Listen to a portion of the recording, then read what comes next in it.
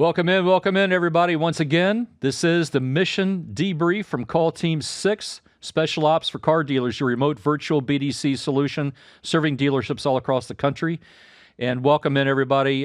This is episode 12, Lima, of Call Team 6, Special Ops for Car Dealers, Mission Debrief with Jeff Mays. I am one of the founders of the company here and your host for today as we dial things up for this next episode. And joining me in studio again today is the one and only, the original co-creator of the BDC operations model all the way back to the early 90s. We are really honored and privileged to have him as part of our organization here as our CEO. Welcome in, everybody, Mr. Ken Kingstead. Hey, Jeff. Glad to be here again.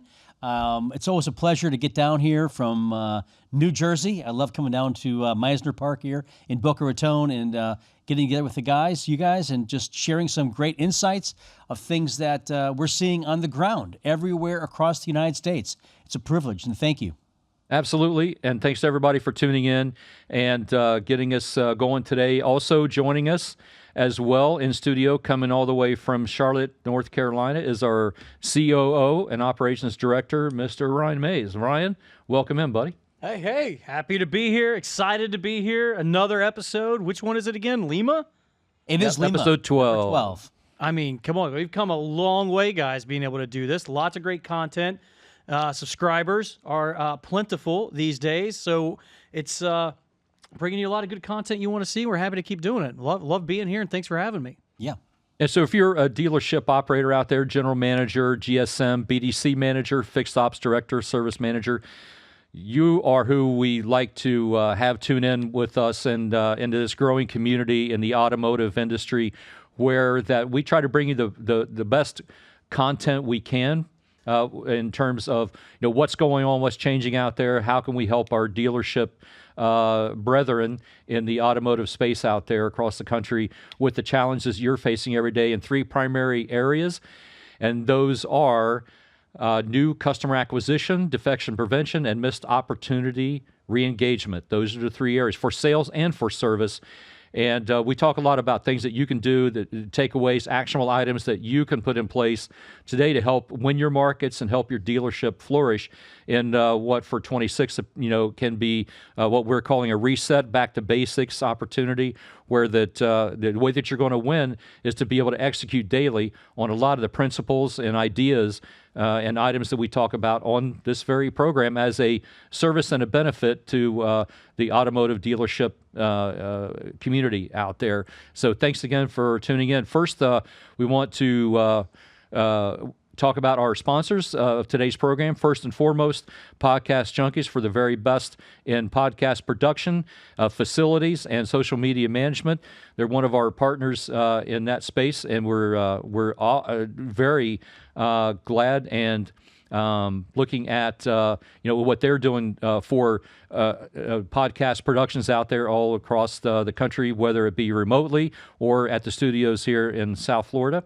So appreciate those guys as well. And then also our sponsor for today is a new sponsor, Ryan, right? You know a lot about them.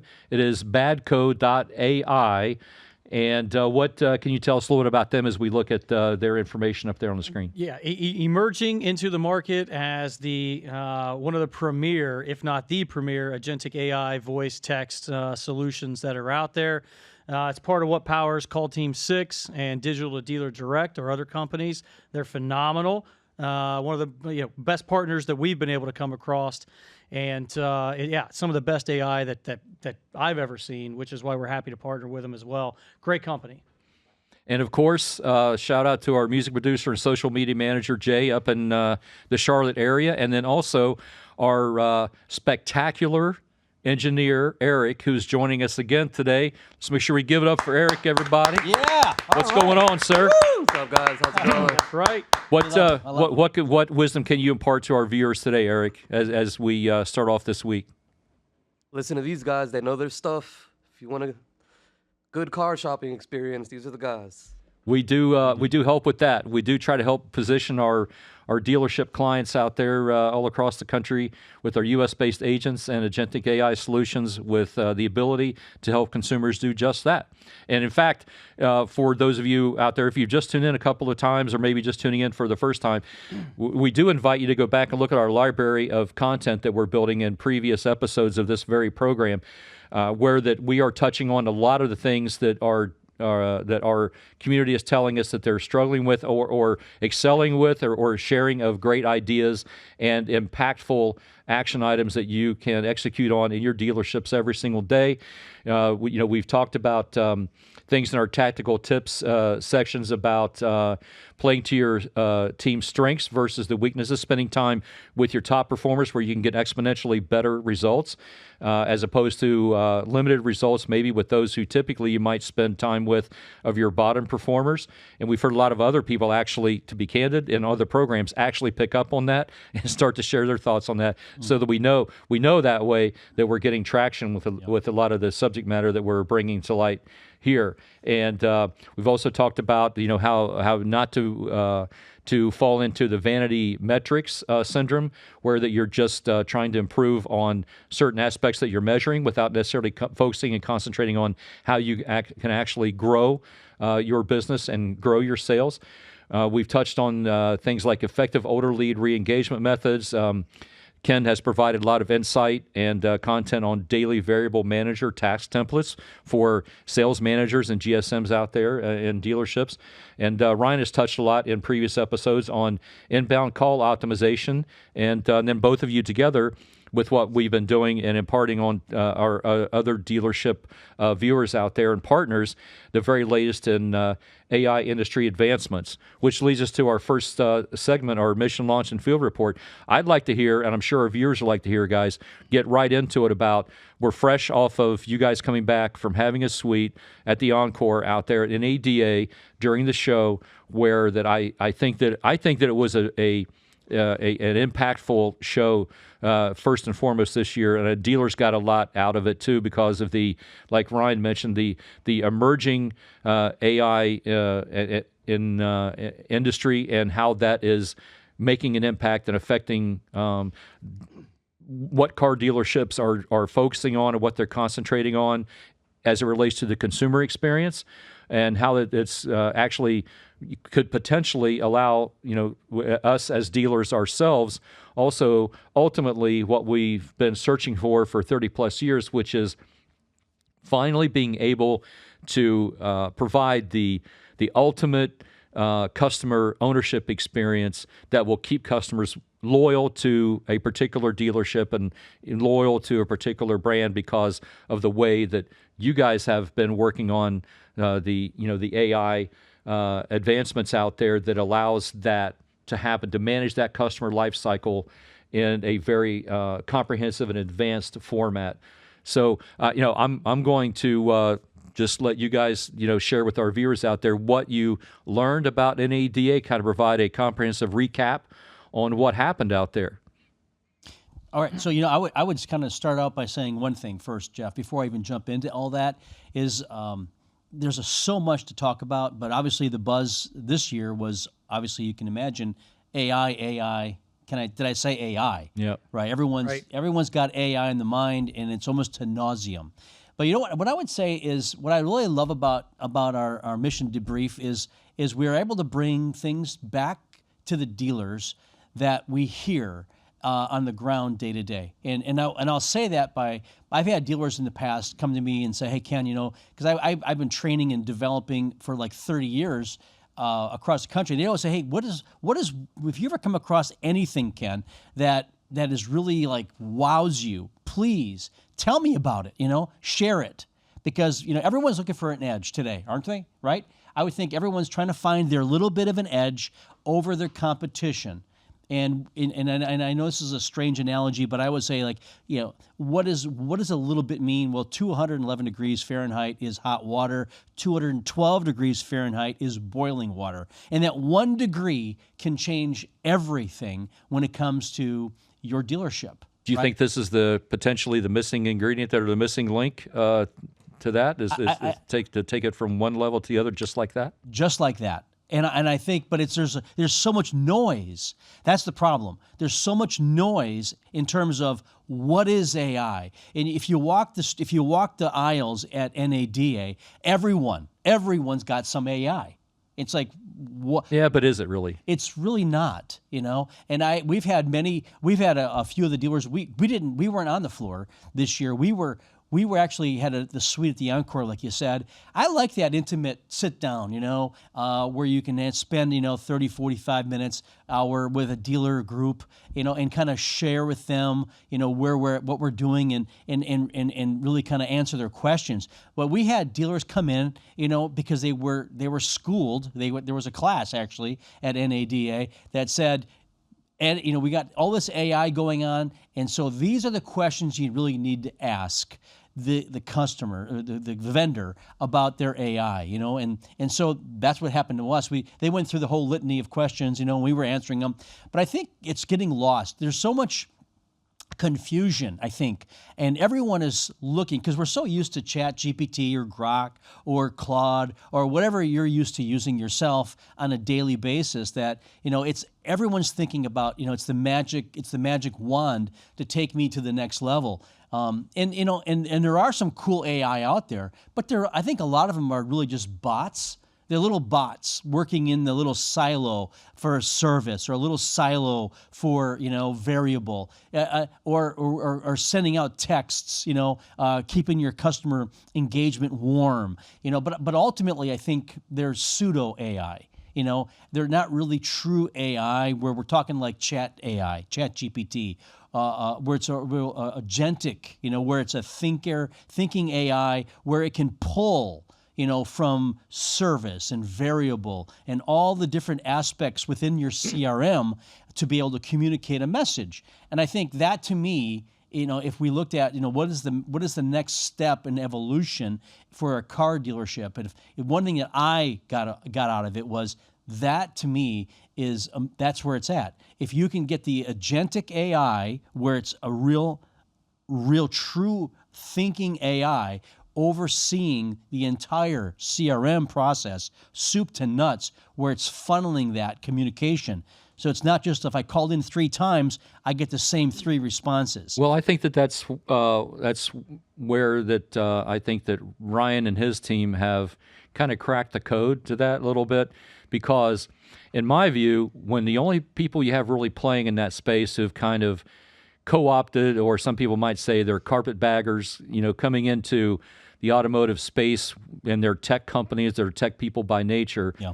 I think, and I'll ask you guys this, I think they've missed the mark in that they've tried to introduce AI to the automotive space, trying to solve the wrong problem, and in doing so, and doing it prior to having the necessary infrastructure set up to be able to execute on that the right way, whether it's conversational or whether it's CRM oriented, trying to manage customer conversations that are going on via text and so forth.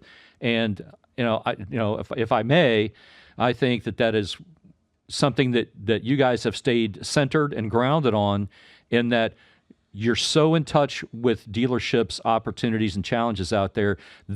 If you were to talk to a dealer right now, you guys could tell me this. Is there any dealer out there who's coming to you saying, I want help in replacing humans? Or are they saying, I just want to be able to provide a better customer experience so I can get more opportunities? I think these tech companies have come in and they've tried to solve the wrong problem. Yes, we all want efficiencies of operations, I'll come back to this, because I know that I'm going to hit a nerve and have a lot of dealership owners and operators out there who are going to agree with me on a particular concept. But I think that they came in and they just tried to make a quick solve for dealerships out there, and they weren't ready for it. They weren't built for that, and I think that they're missing the mark. And to the extent, I think in a lot of instances where dealers out there have put on those solutions, they've actually put them on for a little bit and then removed them because they were trying to solve for the wrong problem, and their customers actually complained about it.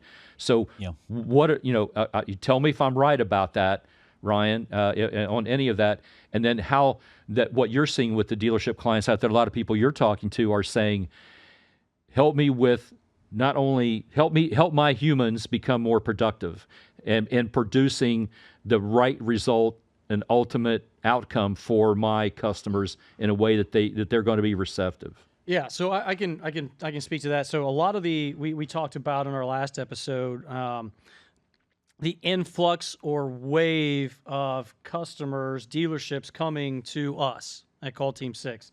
And Ken, you're on a lot of the demos. I hold a lot of demos too. And the one thing we hear is that they have these dealers who have put on and gone 100% AI. Let's say in the service department, right? That's what they have done. Business hasn't increased; it's actually decreased. CSI scores haven't increased; they've actually decreased. So what happens is they go in, they put the AI in, and there's nobody left to manage it. Because a lot of what these tools, and I'll get to a very important point in a second, just follow me here. A lot of these tools that are out there that exist today, they focus on the quality of the voice, how it sounds, how human can it sound, those type of things. And that's not that it's not important. You don't want to be overly robotic. That's my point, because they're trying to replace somebody answering the phones or something like that solely. They're not thinking about the bigger picture because they're going to a tech company trying to solve for that. Correct. That's what. Exactly. So when it doesn't perform like a human, then it actually does more harm than good. Yeah. So first, do no harm, right? Correct. That 100% correct. So what happens? The companies that have spent all these millions of dollars, and they have raised millions of dollars, and they're not inherently automotive companies.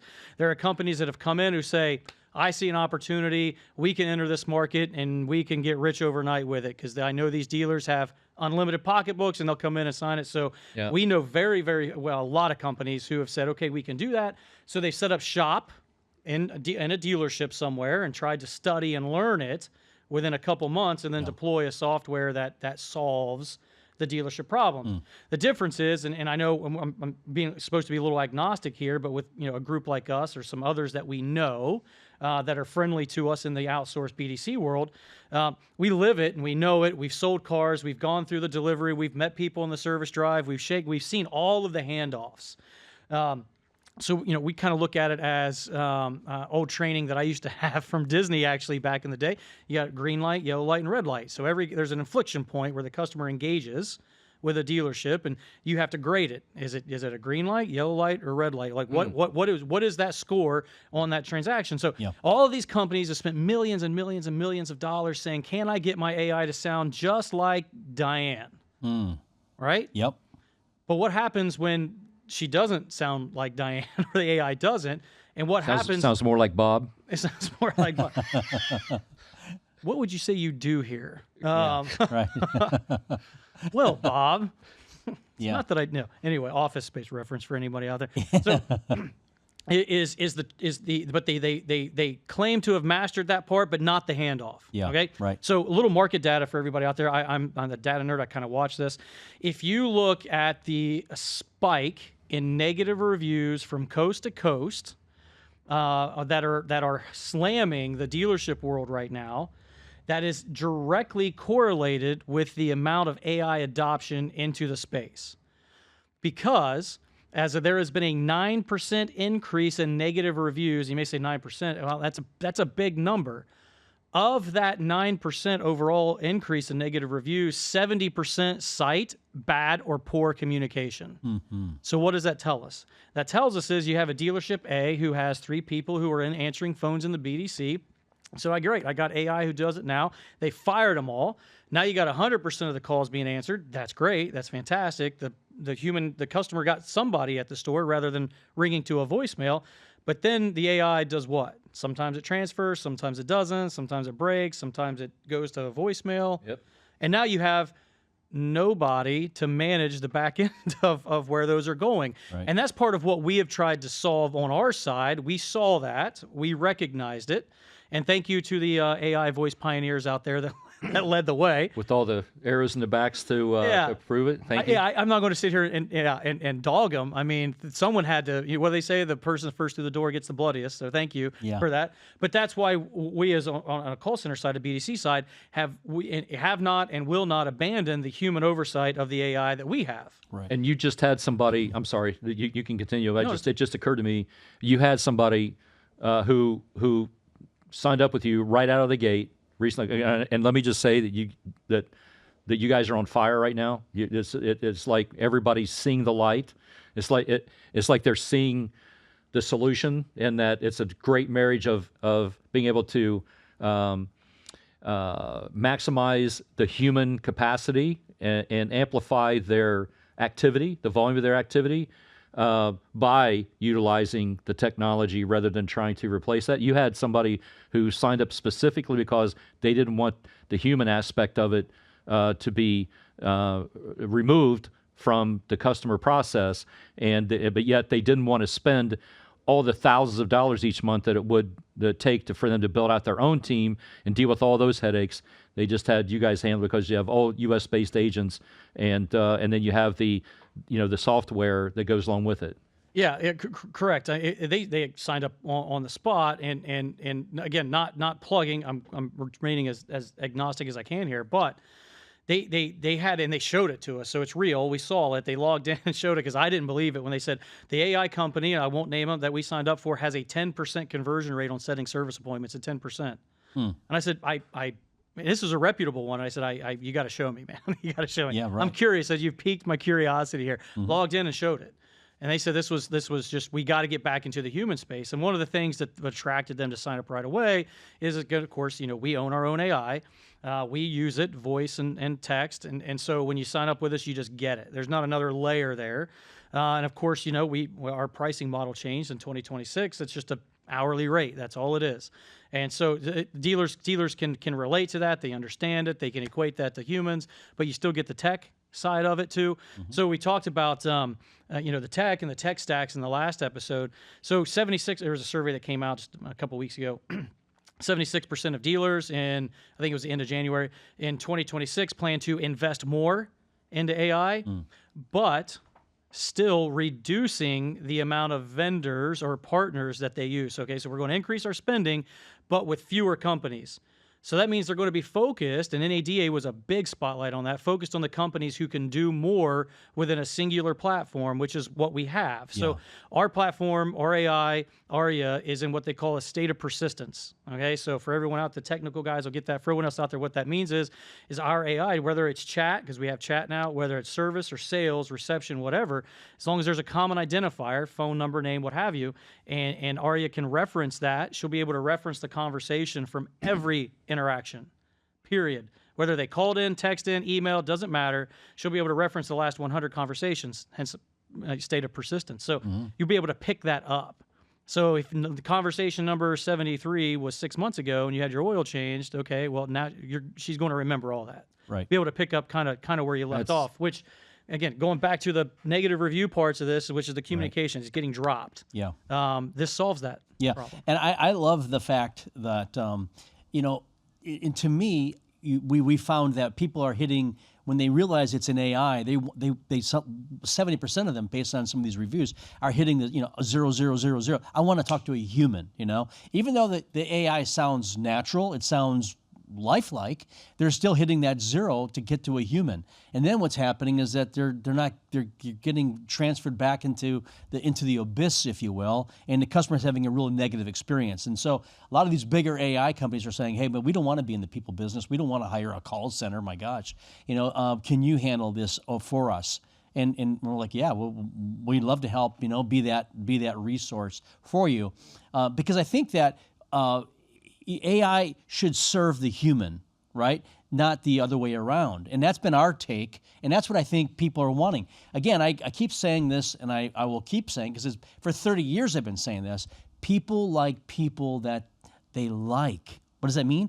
People like themselves. Oh. And how do you do that? Well, I think it's that empathetic way of communicating. And AI may sound real right now. Maybe in 5 years it'll be like totally understand better and be able to communicate to you better. Like 2 years, I think. Maybe in 2 It's years. really advancing quickly. Yeah, Ryan could Yeah. either refute that or agree with it. But the reality that I think that comes down to is that, AI can support the humans, and that's why we are a call center with AI, not an AI company with a call center. Well, and we say it all the time. I mean, I get agents, or team members, managers to come up to me all the time on our squad and shout out to everybody. You're doing a great job, by the way. And say, hey, boss, what's going on? Shout out to the team. Yeah. Amen. Kayla, Christina, Taylor, Krista, keep it up. Yep. Those are familiar names with our dealers out there, by the way. Give them a shout out. Well deserved. Is they ask me all the time, or is AI going to replace us? Do I need to look for another job? And I say one simple phrase. AI won't replace good sales and BDC work. It will not replace excellent BDC and sales work. It will replace bad.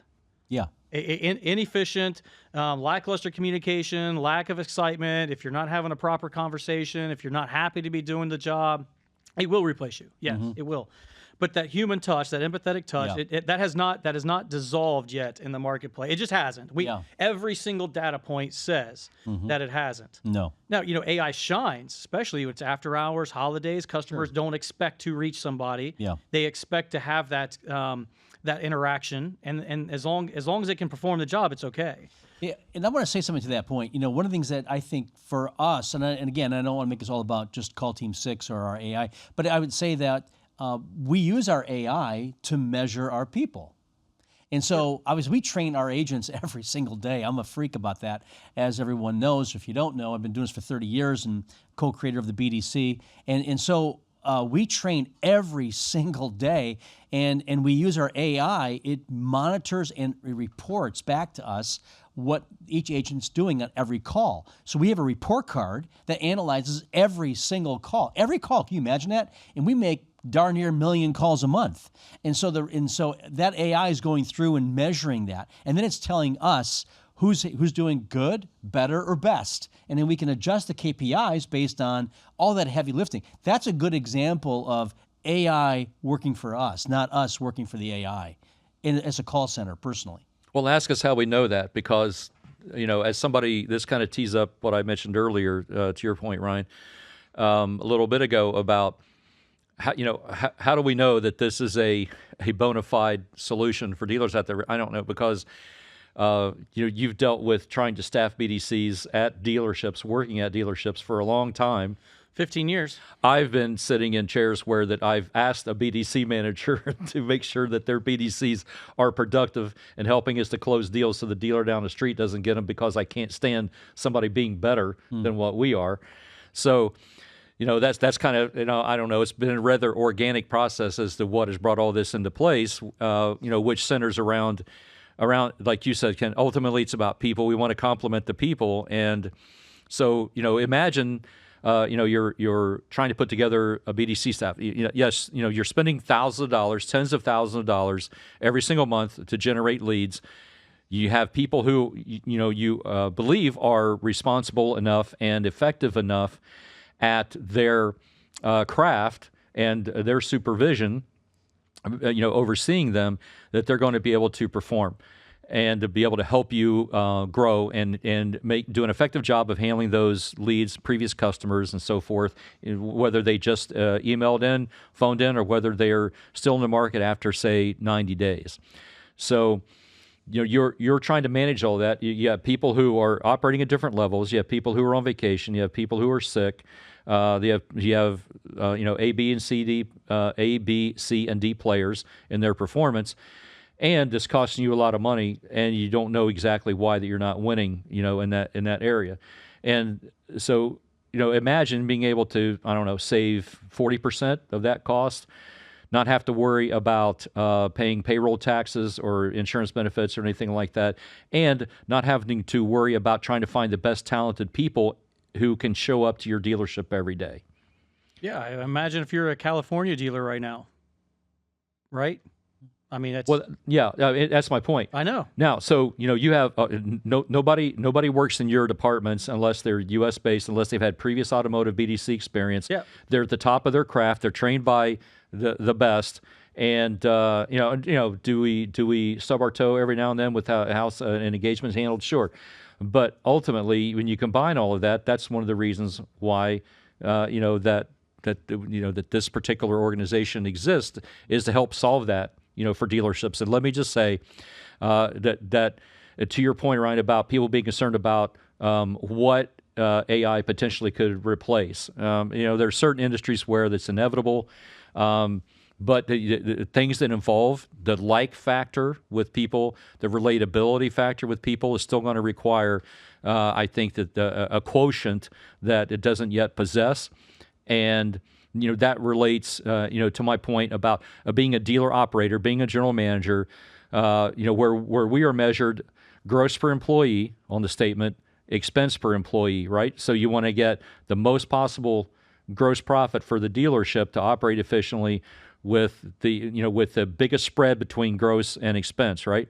Now, so you may think, well, Jeff, okay, you're trying to replace people. Now, here's my point. If you can utilize the technology, and this is how do I know that this is a fact? Because I've listened, and I listened to other programs and other speakers and other people who are doing a really good job at this in the industry talk about this very concept, which is, I don't want to replace people. I just want that spread to be the max that it can be, whether it's with 40 employees or whether it's with 40 team members or 60 team members who are responsible for that. In other words, if the technology can enhance the productivity of each person on my team at the dealership, and let's say if I had to hire 4 people to get 25 engagements and it's costing me X, but I can bring on 100 more engagements with 4 people, then I don't care how many people I've got. I get those engagements where that I don't squander that opportunity, where I'm getting actual results out of that. Then I'm not looking to replace people. I'm just looking to be better, and I want to keep that spread between gross per employee, whether it's 40 team members or whether it's 60, that if the technology can enhance that, then I'm in. Because nobody's going to care. Now, on the other hand, if you're bringing on people and your gross per employee is $12,000, but your expense per employee is $11,500, then you got some people who are in the ownership chair or in that area where they're scratching their head, going, all right, industry benchmark is $2,000 on that spread. We're at $500. We have inefficient operations, or we have too many people. Mm-hmm. So I'm just saying, for those of you out there who are concerned about that, from my chair, I'm not concerned about that. I just want that spread to be what it is. So to me, that's very encouraging. And if you can provide me a solution to be able to do that as a dealer, then just give me a pen. Yeah, well, and happy customers spend more money. Right, you get a higher ROI. You get responded back quickly, efficiently, with an educated response. You give transparency. We just saw that on their last episode with Web Buy, with the digital retailing, how transparent that is. You're able to respond better, faster, quicker, in those sense. And again, with well-trained, empathetic humans who can relate with that. You can't, good BDC work, good sales work, they're going to spend more money too, and that problem will kind of help solve itself. So as we start to close in here, I do think the viewers out there will want to know, especially if they didn't get to go to NADA this year, what else you guys saw out there that kind of caught your eye, that any trends or anything out there that I know you were kind of siloed in your suite there, and you had nonstop activity going on there, but anything you're hearing from dealers or other clients out there, what they saw that maybe is on their radar now? Well, one of the things that I saw that came back to us, that we had a lot of conversations with a lot of dealer groups, when they came back to us and gave us feedback, they said, okay, here's the questions that I'm supposed to answer to find out if you're a real AI company or not, or if you have a real AI solution or not, right? Yeah. What's your foundation model? Like, no one asked that, right? And a lot of these companies, what they've been discovered is they have a second, third, fourth even layer behind them. And they're not true automotive companies, right? So we're just an easy target in the automotive space. I'll go back to Digital Dealer in October of last year, and there were 6 or 7 companies there at Digital Dealer, brand new AI companies, and they all use the same company Yeah. as their backing. Yeah. Same company. So you had a copy paste Yeah. of the exact same company with different names. And I went and talked to him because I can't help myself. I had to go be an investigative journalist, right? CT6 on the streets. And to find out kind of their backgrounds. Why'd you guys get into this? And one guy said, well, it was my friend's really into cars.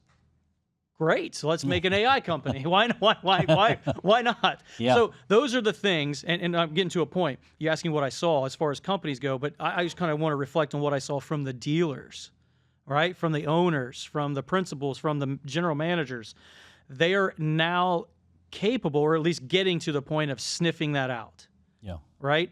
And so on our last episode, Steve from WebBuy said there used to be 60 digital retailing platforms. Now there's like 10, right? And the OEMs have snuggled up to some of them.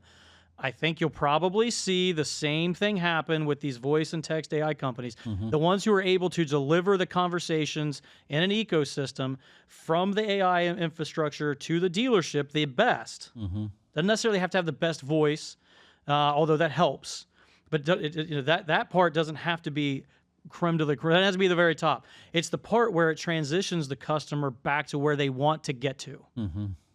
Right? Yeah. Those companies are going to be the ones who are left standing, in my opinion. Yeah, and I think Great answer. And I think the other thing I saw, which was not surprising, but everyone was really looking to get their unfair share for service as well. Service is just, it's on everyone's mind. How do I get my service department to be more, just better, maximizing each bay back there? Am I squeezing everything? And I think there's a lot that goes back to the AI piece of it, and in terms of being able to help get the retention and and all of the different things that go into building your service department and maximize the ROs. But I think that to me was surprisingly on top of everyone's mind. I need to get better in my service drive. I need to maximize my employees back there. That's right. And I will say this too. And as we look at that, and going back to what Call Team 6 is really kind of focusing in on is how do we help the dealers grow their service? And I think we're both you got your variable side and your fixed side, and they're both growing. I would think right now I'm saying that our service side of the BDC is growing a little quicker than our variable side of our business. Because I think that reflects the general sentiment of where the direction as we get back to basics for 2026, where the real headroom lies, because margin compression is a real thing that our dealerships are experiencing out there on the variable side. Used cars still not really reliable, kind of volatile as far as market values out there. So the real headroom in operations is on the fixed side. Yep. So no surprise that the company's getting a lot of attention and traction in that area. Well, thanks, guys. That brings a close to the Mission Wrap segment, and also to this particular episode, episode 12, Lima, of today's program. Eric, thank you so much, brother, for engineering this entire episode for us. Of course, anytime. All right, appreciate you. Ken, real quick, any words of wisdom as we go out there and we try to slay the dragon this month? I'd just say, as we finish up this month, I would say that if you can, I would look at, I would pull, if I'm a dealer right now, I would pull my last 180 days of unsold customers and unsold internet opportunities, and I would do some sort of a campaign, some kind of targeted campaign with an offer. I mean, right now we're seeing things like we're a lot of the stores we're working with are doing like $500 below, the advertised price, MSRP, whatever it is, in terms of driving traffic, stepping up on trades a little bit. I mean, if you're really looking to squeeze every bit of the juice out of the lemon, that's what I would do, and make sure you're able to respond quickly and efficiently to those responses, because there's a ton, I'm telling you, there's a ton of gold in your CRM. You don't want to leave it, Well, we just started a campaign. We talked about that in our last ad meeting, right, for our dealerships. That's where we think the gold is, and that's what we're being intentional about doing. Ryan, appreciate your being here again. My pleasure. Thanks so much. People can find all of our full-length programs and our clips on all the socials, right? That's right. Spotify, YouTube, that's where you go. You're going to see the full clip, right? All of us over here giving some of the, spreading the news, if they will, a little New York, New York. Shout out to my old home territory. Mine too. Yeah, right? Yeah, Ken's and Ken's too, yeah. And then Facebook, Instagram, X, formerly known as Twitter, all the socials. Yeah, go catch us out. Yeah, and get to join us on our ride on the CT6 Express. Where are we going to end up next? You got to follow. If they have find out. any questions, they can email you at that's Ryan at callteam6.com. and our normal email address. Intel at callteam6.com. Great. All right. Hey, listen, guys, thank you very much. That NADA recap is extremely insightful. Ladies and gentlemen out there in the automotive community, hopefully you've gotten some good things out of this, and now you're up to date on what's happening and what you should be looking for whenever if you're in a dealership out there and you're looking at AI. What are the key things you should be looking for? If you have questions or you want to generate a conversation, I got to be candid. These guys have been at this for 18 months straight, diving way into the weeds. I don't think you'll find a group of people who can bridge that gap between what are automotive dealerships looking for out of AI and what customers are looking for and how they're actually solving those issues with their tailored approach toward utilizing AI as it's really intended to be in that space for dealerships all across the country. So we really appreciate your tuning in. To everybody out there, dealers, owners, principals, like Ryan said, general managers, GSMs, BDC managers, and service parts, fixed ops people. We really appreciate this growing community that we have going here, and the fact that you tuned in to today's program. We invite you to tune in to, and subscribe to the Mission Debrief here with Call Team 6. And thanks, guys. Appreciate your coming down, and thanks Eric, and also thanks to Jay back up in North Carolina, our social media manager and music producer. So, ladies and gentlemen, thanks for tuning in. We look forward to seeing everybody again real soon. Thanks for tuning in to this episode of the Mission Debrief with Call Team 6, Special Officer Car Dealers. No lead left behind.